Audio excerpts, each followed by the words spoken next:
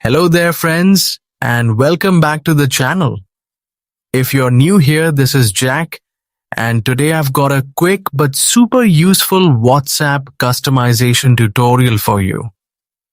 In this video, I'm going to show you how to change your WhatsApp theme and give your app a fresh modern look in just a few taps, whether you're using Android or iPhone. Opening your WhatsApp application. As you know, WhatsApp is one of the most popular messaging platforms in the world, connecting billions of users daily.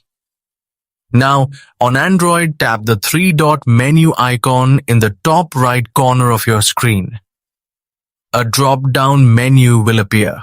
From here, select Settings. Once you're inside Settings, look for the Chats option and tap on it. In this section, you'll find customization features that control how your chats look. Now locate the theme option. Tap on it and you will see different choices such as light mode, dark mode, and system default. To give your WhatsApp a modern and eye-friendly look, select dark theme and confirm by tapping OK. For iPhone users, the process is similar.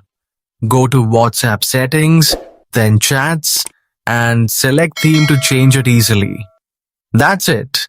Don't forget to like, share, and subscribe for more quick tips.